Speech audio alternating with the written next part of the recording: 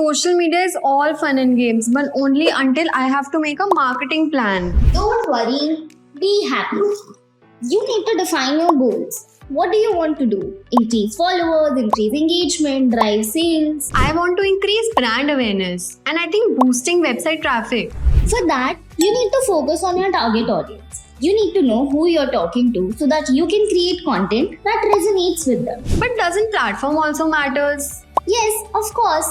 I mean, not every audience is active on every platform, so you need to figure out where your target audience is most active. And what about content? That's the most tiresome thing. I mean, that's why we have content calendars so that you can stay planned and organized. And that way you can create fresh content and a mix of promotional, educational, BTS and some fun content. And I think tracking the performance also matters. Yeah, of course. You need to continuously review and monitor your work. I mean, that will also save you from your boss's lectures. True. I feel much more confident. I think I'll get back to my work.